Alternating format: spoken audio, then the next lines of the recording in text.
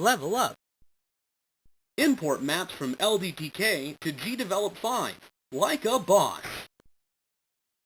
So the first thing we need is a tile set. Whether you make one, you get one off of itch.io, or you buy one from the store from Gdevelop, and you compile it into your standard tile set in a PNG.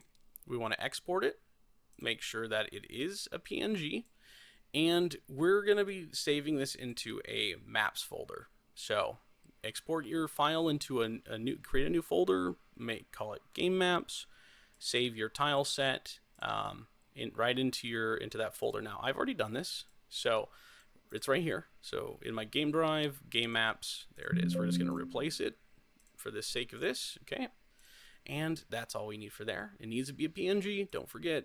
Okay, so now that we have that, we can open up our LDTK, and the first thing you're going to see is the project settings page, I believe, when you open up a brand new map here. And so we want to make sure that LDTK extension is on, and that's the only thing you need right here. And right away, I want you to save your project. Now, it would normally ask you where you want to save it. I've already saved mine, so we're going to go save as. It needs to be in the same folder as that. You can't see it right now, but there is in this folder the tile set, right? And so let me just open this up. I'll open it up in here. We'll go to data drive. That is not the right one. Game drive. So here it is. We see it. It's in there. Now this is really important, especially if you're using the Gdevelop cloud save. If you don't have these in the same folder, when you go to upload them to Gdevelop, it will be a blank map, and there's no way to fix that unless you move these into the same spot. And it's an easy fix to do if you do accidentally save, and I'll show you how to do that. But let's just make sure that you save this side by side, okay? So we're going to call it main map. We're going to save that. We're going to replace it. And now we can get started. The first thing I want you to do is go to tile set, and we're going to add that tile set in right here, okay? So it's pretty straightforward. Once you click add, it'll ask you to add it. If for some reason you accidentally goof that up, this will be blank. You just click on it and re-add it. Now, in our tile set, the very next thing we want to do is go to layers, click on the plus sign, and add an integer grid. This allows us to, this is kind of the rule set for our auto layering system, but right now we're just going to be using the most minimal version, so we're just going to be clicking on integer grid. We're going to leave it as it is. We're going to go down to auto layer tile set and collect that tile set that we had just added.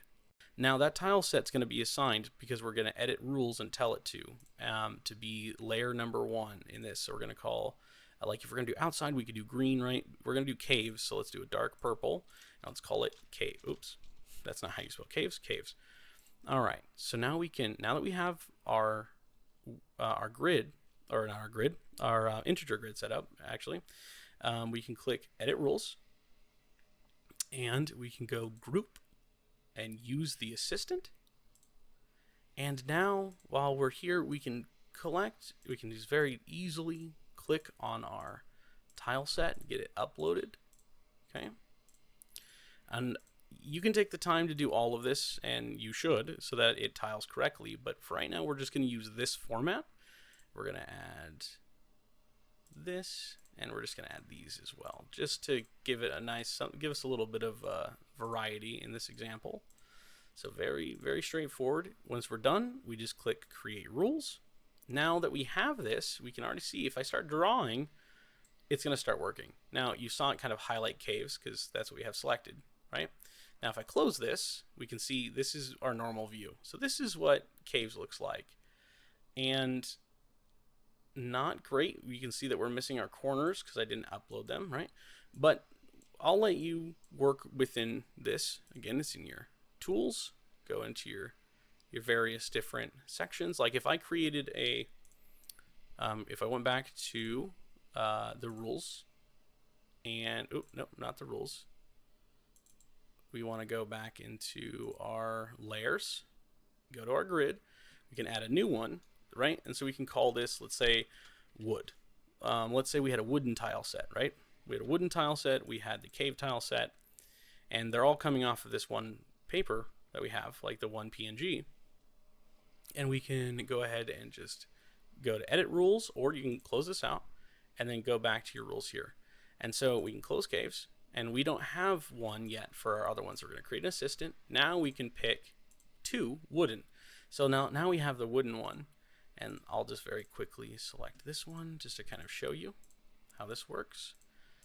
If you would like a more in-depth tutorial on how to do this, go ahead and send me a comment down into the YouTube, and if there's enough people who want it, I will do it. Okay, so now we can very easily, I can select my wooden, and I can, go here, collect wooden, and now when I draw with wooden, we have a whole nother tile set, right? Now that we have our map, so let's say this is what let's say this is our platformer map. We're very happy with it. It looks not janky at all. We're going to go over here, and we're going to start our export. So all we have to do is go to our project settings, and we're going to save that project. Since I already have it, we're good to go. I will go save as mini map, just to make sure it goes there, right? And from here, I can upload it into Gdevelop and start working on it. But I also want to show you very quickly one of the benefits of using this tool, this tool set. So I'm also going to just very quickly draw this other map. Let's say that they're connected. Let's say they're connected right here. We're going to make a platform where you can kind of see those two beside each other. So now we have room 1 and room 2. And let's do this real quick. All right, that looks like a platformer. So we're going to save this again, just Control S, or go into your settings, either way. And now we're going to go into our Gdevelop. Now I've already created a player who has no behavior. We're going to give that player the platformer behavior. We don't need it to be able to grab on the ledges. And the collision, on the collision layer, we just added the platform as a standard platform. Now, when we go to add a new object to our map, or to our Gdevelop project, we click on Tile Map. And in here, we choose our file, and we're going to use the one from our maps folder, main map, LDTK. And then we're going to click on the atlas. And now, again, this is really important that when we select this, it needs to be the one that's in the same folder. Especially if you're using the cloud version, or it will break your map. Now, let's say I made those 2 maps. I want to bring this one in. You're like, oh no, it's the same map, right? Well, actually, that is true, but we can go into our index and change the level index. And now that has swapped over. So what you can do is very easily just duplicate this map. And let's say that this is, I'm doing an awful job at doing this in order. We'll go, we'll call this level 1, or level 0. And then this one we'll call level 1. I'm having a stroke. Okay. So we want to make sure that level 0 is set to 0 and level 1 is set to 1. Okay. Drag that in, and now you can see that we have both those maps that we made. Now, if we press play, this is all that's going to happen, right? We haven't set up any logic or anything like that. So what I want to do is we're going to create a collision box. You can just create an empty sprite. You can color it any way you want. You want it to be the same size as what you're working with. And so here we're going to set up a grid real quick, and we're going to go to 16 by 16, and we're going to turn that on so we can snap to grid. And so we're going to snap this to grid, and we're going to pull it all the way across, right? So instead of having to drag each piece of your map in like tile by tile, we can do it like this. You just hold Control, do it again, hold Control to duplicate, and we're just going to rotate this guy very, very quickly here. All right, so now we have the bounding box of our platformer. And if we wanted, this is where we come in and fine tune and add these collisions to all of our locations, right? So what this does, just naming it collision isn't going to do anything, right? For those who are like, well, yeah, duh, guy. But just in case, for those who may not know, you're going to have to do a little bit of coding here within Gdevelop to make this work. So what we did, again, we went into behaviors, we added the platform behavior, We went to our player, we added the platformer. Oh, no, we did not. We turned it into a platform. We don't want that, so we're going to delete that. And we want to make them a platform character. We're going to leave the default controls for now. We're going to drag that character in, shrink them down to scale, and we're going to go to our events. At the beginning of the scene, we want to hide our collision layer, right? So that way we can't see it. And if you look over here, you can see that our game now has collision. And so rather than having to drag in tile by tile, we've simply, and so here we don't have a collision box, obviously, but that's how you kind of do, you can have one object that does all of your collisions and keeps your code nice and clean, and you don't have to keep adding a bunch of items to a group or something, so that way you can have collision with them. And it makes it very, very convenient. And then from here, you would populate with props or items onto your map, and you do those like you would generally do when you add a new sprite, let's say pickup item or anything like that. Those would be you'd drag on. But yeah, for a very rudimentary way, this is how you do it.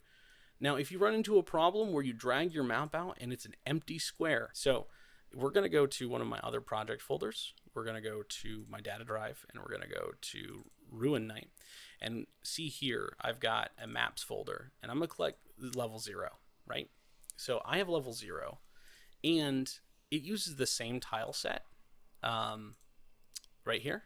So in my data drive, Ruin Night, maps, here, just like I was showing you before, they're not in the same folder. And if I do that and apply it and drag it out, do you see it? A big old white box. And that is because of that reason. Now, if you were in the, if you're saving your Gdevelop in a local folder, like on your PC, when you go to upload, it'll ask you if you want to move the files create a copy of them into your local Gdevelop project. And you would say yes, and that would then fix this problem. But you cannot do that on the cloud because of the way that the file structure works when you upload. So let's not do that. Be smart and do it this way. Keep them in the same folder and you won't have a problem. Thank you so much for watching, and I hope this was helpful to you. If you would like to learn a little bit more about how to use LDTK and more advanced Gdevelop features, leave a comment, and I hope to see you next time. Hey, listen. It's dangerous out there alone, so take this into consideration. Did you know only true adventurers join our guild? By the way, you've leveled up.